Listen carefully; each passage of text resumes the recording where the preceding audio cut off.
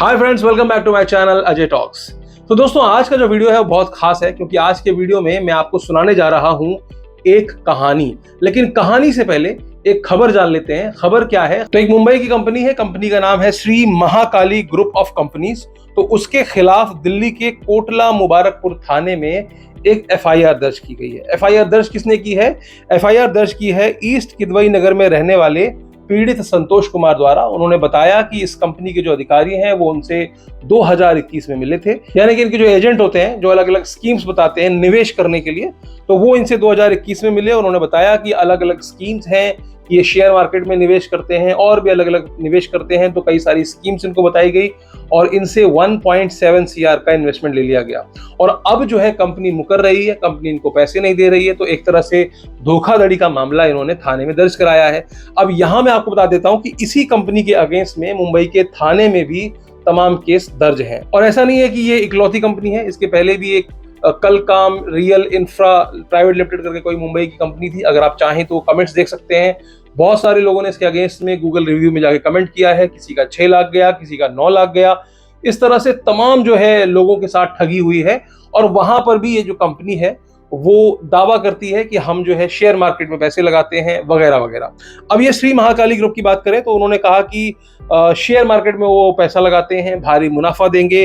20 महीने तक वो अगर 24,000 रुपए का निवेश करते हैं तो जो मूल राशि है उसका 3 गुना उनको मिल जाएगा। ठीक है ना? तो 1.7 CR जो उन्होंने दिया था वो 2-3 साल की अवधि में दिया था। यानी कि उनको एक निश्चित मात्रा में एक न्यूनतम राशि उनको हर महीने लगानी थी और उनको बताया गया कि इतने समय के बाद आपको तिगुना पैसा मिलने वाला है। और साथ ही जो 0.5% का ब्याज उनको पर डे भी मिलने वाला था।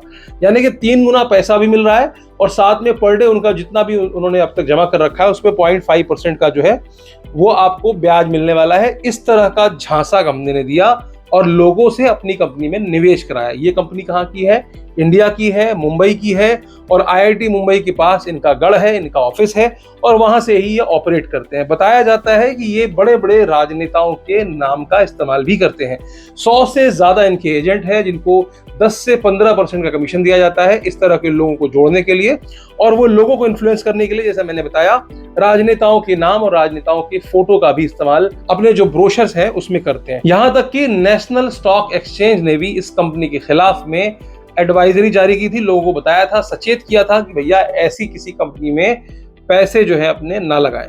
अब यहां पर मैं आपको बता देता हूं कि जो पीड़ित हैं वो इतनी आसानी से FIR नहीं हुई। जो पीड़ित हैं उन्होंने PMO और वित्त मंत्रालय तक में इसकी शिकायत की, तब जाकर के जो है उनके जो मामले में FIR दर्ज हुई। तो ये ऐसा नहीं है कि ये इकलौती कंपनी है, आज आई है तो फिर कल नहीं आएगी, या ऐसी कंपनियां पहले नहीं आई हैं। मैं आपको बता देता हूं, मैं अक्सर लाइव करता हूं 4-5 दिन के अंदर। वहां पर तमाम सारे लोग मेरे साथ जुड़ते हैं और कई लोग जो ऐसे हैं वो ये पूछते हैं कि इस कंपनी का बता दीजिए कैसी है, इस कंपनी का बता दीजिए कैसी है। जबकि मैं पहले ही बता चुका हूं कि भैया ये ऐप है, इस तरह का मॉडस ऑपरेंडी है और ये सारी जो कंपनियां हैं वो नाम बदल बदल करके रोज आती हैं। चाहे वो डिजिटल वर्ल्ड हो या ये ऑफलाइन वर्ल्ड हो, दोनों ही केसेस में सेम मॉडस ऑपरेंडी होता है। वो आपको शेयर मार्केट के नाम पर, फॉरेक्स ट्रेडिंग के नाम पर, बिटकॉइन में इन्वेस्ट करने के नाम पर, इस तरह के अलग अलग जो इन्वेस्टमेंट स्कीम्स होती है वो आपके सामने रखी जाती है, जिसके बारे में आपको भी कई बार सारी जानकारी नहीं होती है। लेकिन इसी जानकारी के अभाव में चूंकि कोई एजेंट, कोई दोस्त आपके सामने एक बड़ी इन्वेस्टमेंट स्कीम फेंक रहा है, 3 साल में आपका पैसा 3 गुना हो रहा है या 4 गुना हो रहा है, इस लालच में आकर के आप इसमें पड़ जाते हैं। और मैंने ऐसा भी देखा है कि कई लोग तो ऐसे हैं जो कि एक बार ठगे जाने के बाद भी नहीं मानते भाई साहब। वो अलग अलग जो है स्कीम्स में पैसे इन्वेस्ट करते रहते हैं।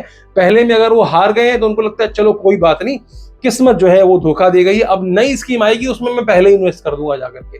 तो मेरे कहने का या किसी के अवेयर करने का कोई खास फायदा होता नहीं है उन लोगों पर जो लोग एक्चुअल में इस तरह की स्कीम्स को ढूंढते हैं और उसमें इन्वेस्ट करके 4 पैसे कमा लेने की जो है इच्छा रखते हैं बिना कुछ किए हुए। तो अब इसी पर एक कहानी याद आती है और कहानी ये है कि एक बार क्या होता है कि एक घना जंगल है, जंगल का राजा शेर है और वो अपनी गुफा के सामने बैठ करके एक बहुत बड़ा उसने शिकार किया होता है और वो अपने शिकार को खा रहा होता है। वहां से निकलती है एक लोमड़ी। अब आपको तो पता ही है कि लोमड़ी को सबसे चालाक और चतुर माना जाता है। लोमड़ी को लगता है यार कोई ऐसी व्यवस्था हो जाए कि यार ये जो बड़ा बड़ा शिकार ये शेर खा रहा है उसमें अपना भी कुछ हिस्सा हो जाए। तो वो ऐसा दिमाग लगाती है, वो सोचती है कि चलो मैं एक बार राजा से पूछ कर देखती हूँ कि क्या इतना बड़ा शिकार आप अकेले खा पाओगे। तो लोमड़ी क्या करती है, लोमड़ी पहुंच जाती है राजा के पास, राजा से कहती है राजा ऐसा कुछ हो सकता है कि आपने इतना बड़ा शिकार जो है किया हुआ है, तो इसमें से कुछ हिस्सा मैं भी खा लूं, क्योंकि आप तो इतना अकेले खा नहीं पाओगे। तो जो राजा शेर था वो लोमड़ी से बोल पड़ा कि भैया रोज रोज हमको इतना बड़ा शिकार नहीं हाथ लगता है, कभी कभी लगता है, उसमें भी तुम आ गए हिस्सा बांट करने के लिए।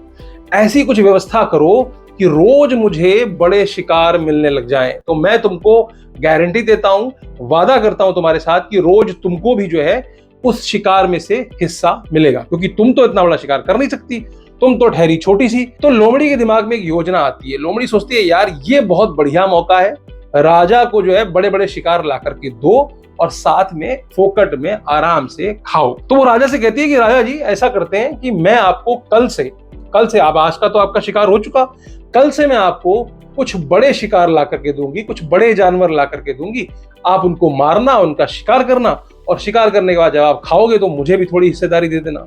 अब राजा इससे खुश हो जाता है, क्योंकि आपने अक्सर देखा होगा कि जो शेर होता है वो भी काफी निकम्मा माना जाता है, यानी कि शिकार के मामले में वो भी बड़ा आलसी होता है। उसको भी लगा कि चलो ठीक है, ये अपने आप एक बड़ा शिकार रोज ले आया करेगा, बैठे बैठे आराम से खाऊंगा, और थोड़ी सी हिस्सेदारी यानी कि टैक्स यानी कि जो फायदा जो है वो इस चतुर लोमड़ी को भी मिल जाया करेगा।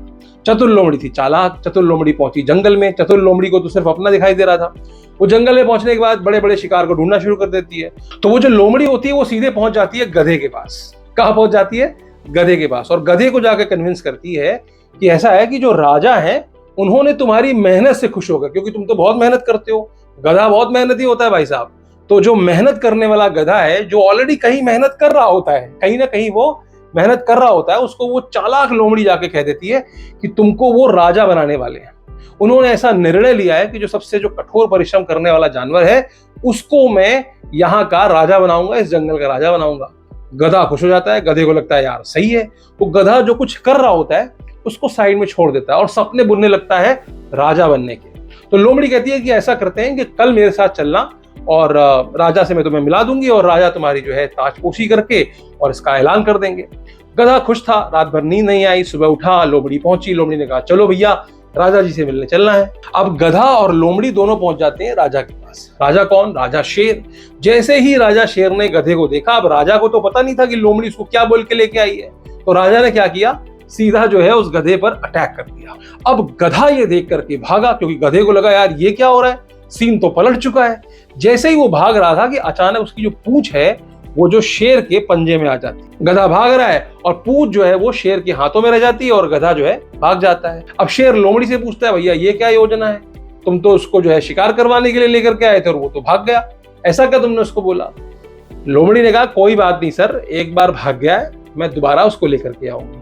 लोमड़ी फिर जाती है गधे के पास। लोमड़ी कहती ये क्या किया तुमने? गधे ने कहा भाई जान पे आ गई थी मेरे और तुम मुझसे कह रहे हो कि फिर से चलो। लोमड़ी कहती नहीं नहीं नहीं नहीं, तुमने गलत समझा यार। कैसे गलत समझा भाई? उसने मेरी पूंछ ले ली, मैं बिना पूंछ के घूम रहा हूं और तुम कह रहे हो गलत समझा। तो लोमड़ी गधे को समझाती है। लोमड़ी गधे से कहती है ऐसा बिल्कुल नहीं है, जो राजा जी हैं वो तुम्हारा काम आसान कर रहे थे। गधे ने पूछा कैसे? यार मेरी पूंछ चली गई और तुम कह रहे हो काम आसान कर रहे थे। बोले देखो ऐसा है कि जब तुम सिंहासन में बैठोगे तो यही पूंछ तुमको परेशान करने वाली है, इसीलिए राजा जी ने तुम्हारी पूंछ जो है वो निकाल ली है। गधे ने कहा यार बात तो सही है। गधा फिर से अपना काम छोड़ देता है और कन्विंस हो जाता है। गधे को लगता है यार बात की सही है, पूंछ अगर मैं होती तो मैं कैसे बैठता, अब सिंहासन में छेद तो कराना नहीं है।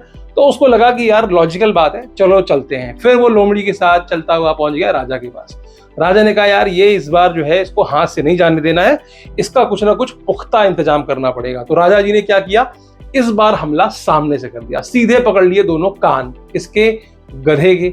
अब गधा कितना भी गधा हो, जान बचाने के लिए तो भागेगा ही। गधा फिर से अपनी जान बचा करके वहां से भाग पड़ा। कान रह गए कहां? शेर के हाथ में। शेर ने फिर से लोमड़ी से कहा यार तुम ये क्या पट्टी पड़ा के लाते हो उसको, पिछली बार भाग गया पूंछ हाथ में आई, इस बार भाग गया कान हाथ में आया। लोमड़ी ने कहा राजा जी आप चिंता मत कीजिए, इसको मैं आज जरूर लेकर के आऊंगा और आप ही इसका शिकार करेंगे और मैं भी अपने हिस्सेदारी लूंगा, आप बिल्कुल परेशान मत होइए। लोमड़ी फिर से भागती है, पहुंचती है गधे के पास। यार गधे तुमने क्या कर रहे हो यार? ये गधा बोल रहा है यार तुम मुझे मरवा के छोड़ोगी, पहले मेरी पूंछ लेके गया, अब मेरे दोनों कान लेके गया, क्या चाहती हो कि मुझे मार डाले? तुम मुझे लगता है बेवकूफ बना रही हो। अब लोमड़ी फिर से समझाती है। लोमड़ी कहती है यार तुम गधे के गधे ही रहोगे। दरअसल राजा जी तुम्हारा ही काम आसान कर रहे थे। गधा बोलता भैया अब कैसे काम आसान कर रहे थे, पहले पूंछ ले लिया, फिर दोनों कान ले लिया, अब कौन सा काम आसान कर रहे थे। तो लोमड़ी समझाती है कि भाई देखो राजा जो है वो जब तुमको मुकुट पहनाएंगे, जब तुम्हारी ताजपोशी होगी, तो ये तुम्हारे जो कान है ना ये बहुत डिस्टर्ब करेंगे। इसलिए राजा जी ने सोचा कि पहले इसके कान हटा दो ताकि जो मुकुट पहनाने में उनको आसानी हो। गधे को लगा यार ये बात भी सही है। गधा लॉजिक को समझ गया और समझने के बाद फिर से लोमड़ी के साथ पहुंच गया राजा जी के पास। राजा जी के पास पहुंचे। राजा जी इस बार पूरी तरह से तैयार बैठे थे। राजा जी ने कहा अब कुछ नहीं, आराम से बैठने दो पेशेंस के साथ, उसके बाद इसको मारूंगा। और इस बार क्या हुआ, राजा जी ने पूरी तैयारी से हमला किया और उसके बाद उसका शिकार कर लिया। अब भैया शिकार हो गया। शिकार होने के बाद जो है राजा जी अपने गुफा में गए, बोले चलो ठीक है थोड़ा आ रहा हूं मैं, तुम उसको देख के रखना, ये तो मर ही चुका है। अब लोमड़ी क्या करती है, लोमड़ी जाती है और उस गधे का जो भेजा है वो निकाल के खा लेती है। पहले ही, इससे पहले ही कि राजा आए, लोमड़ी उसका भेजा निकाल के खा लेती है। अब राजा बाहर वापस आता है। राजा पूछता है यार इसका भेजा कहीं गायब है, तुमने तो नहीं खा लिया? लोमड़ी बोले नहीं नहीं नहीं नहीं, मैंने तो बिल्कुल नहीं खाया। राजा बोला नहीं इसका भेजा तो नहीं है इसमें, तो कहाँ चला गया भेजा? लोमड़ी ने कहा देखिए ये गधा है, अगर इसके बाद भेजा होता तो क्या ये यहाँ मरने के लिए चला आता? राजा ने कहा बात तो सही है, चलो कोई बात नहीं। राजा ने अपना हिस्सा खाया, राजा भी खुश, इधर जो लोमड़ी है वो भी खुश। अब रोज उनका यही चलने लग गया, जंगल में रोज जानवर खाए जाने लग गए। अब एक समय ऐसा आता है जब इस तरह के गधे या जो बड़े जानवर हैं वो खत्म हो जाते हैं। अब अगर ये जानवर खत्म हो जाएंगे तो सोचो फिर किसका नंबर आएगा? फिर नंबर आएगा उस लोमड़ी का। समझ रहे हो आप? क्योंकि राजा जो है वो अपनी जगह सिक्योर बैठा है, वो राजा है, वो स्कैमर है। समझ रहे हो? हमारे केस में वो स्कैमर है, वो अपनी जगह बैठा हुआ है, चाहे वो इंटरनेशनल लॉबी से हो, चाहे इंडिया से हो, कहीं से भी हो, वो राजा है, उसका नहीं बिगड़ता कुछ। FIR हो गई कोई बात नहीं, राजनेताओं से संबंध है, या हम बाहर बैठे हैं, दुबई भाग गए हैं, या किसी और कंट्री में बैठ करके वो पैसे उड़ाए जा रहे हैं, कसीनो में उड़ाए जा रहे हैं, बड़े बड़े जो अय्याशियां की जा रही हैं, तो राजा जो है उसका कुछ नहीं बिगड़ता। बिगड़ता किसका है? उस लोमड़ी का। वो जो एजेंट्स हैं जो कि अलग अलग गधों, घोड़ों, बंदरों को जाकर के फंसाते हैं और फंसाने के बाद उनका पैसा इसमें लगाते हैं। और वो जो गधे हैं, वो गधे भी एक बार के हमले को बर्दाश्त करने के बाद भी बार बार इस तरह की स्कीम में पैसे लगाते हैं और कहीं ना कहीं किसी ना किसी दिन जाकर के शिकार हो जाते हैं। यहां पर आप गधे को, बंदर को, लोमड़ी को अपने ऊपर मत लीजिएगा। ये सिर्फ एक कहानी थी और इस कहानी से मैं आपको सिर्फ यही बताना चाह रहा था कि भैया इस तरह से शिकार होने की जरूरत नहीं है। जब भी आप थाने जाते हैं, इनका केस तो बड़ा था 1.7 CR का, 3 साल से पैसे मांग रहे थे, इनको धमकी दी जा रही थी, इनको बताया जा रहा था कि हमारी इतनी पहुंच है, हमारी उतनी पहुंच है, PMO और मंत्रालय तक बात पहुंचानी पड़ी, तब जाकर के FIR हुई है। हमारी आपकी जिसके 2000, 5000, 10,000 जाते हैं, उसकी कहीं कोई सुनवाई नहीं होती है। आप रिकॉर्ड उठा करके देख लो, इतने सारे लोग मुझे रोज आकर के पूछते हैं सर इसका क्या सोल्यूशन है, मेरे पास कोई जवाब नहीं है। थाने में पुलिस के पास जाते हो, पुलिस वाले कहते हैं भैया हमको पता नहीं है, कुछ पुलिस वाले कहते हैं भैया इसमें बड़े बड़े लोगों का हाथ है, इसमें हम क्या कर सकते हैं। तो इस तरह की बातें सामने निकल करके आती हैं, तो आपको सावधान रहने की जरूरत है। तो यहाँ पर काम क्या आने वाला है? सिर्फ जानकारी और सतर्कता। अगर आप सतर्क रहते हैं, इस तरह की फर्जी स्कीम्स में इन्वेस्ट नहीं करते हैं, इनके लालच में नहीं आते हैं, क्योंकि आमतौर पर जैसा मैंने बताया कि 2 गुना 3 गुना रकम करने के नाम पर एक ठगी का धंधा चलाया जाता है। 4-6 महीने, 1 साल, 2 साल ये ठगी का धंधा चलता है और उसके बाद लाखों करोड़ों रुपए में पैसा लेकर के ये स्कैमर्स निकल जाते हैं और इनका कुछ भी नहीं होता। कभी आपने न्यूज सुनी है FIR हो गई है, 2 लोगों को अरेस्ट कर लिया है, उसके बाद क्या हुआ, उसके बाद क्या होता है कोई नहीं जानता और ना फॉलो अप ले पाते हैं हम लोग। इसीलिए बचकर रहो, बचकर रहने में ही समझदारी है। उम्मीद करता हूं कि आपको इस प्रयास से, इस कहानी से कुछ शिक्षा जरूर मिली होगी और आप इस तरह के स्कैम से दूर रहकर चलेंगे। कहानी अच्छी लगी तो लाइक कर दीजिएगा, दोस्तों और रिश्तेदारों तक शेयर कर दीजिएगा, उनको बताइएगा कि भैया इस तरह के स्कैम्स में ना पड़े, इस तरह के लालच में ना पड़े। और हाँ, अगर आप चैनल पर नए हैं तो चैनल को सब्सक्राइब करते हुए जरूर जाइएगा। वीडियो को अंत तक देखने के लिए आपका बहुत बहुत शुक्रिया।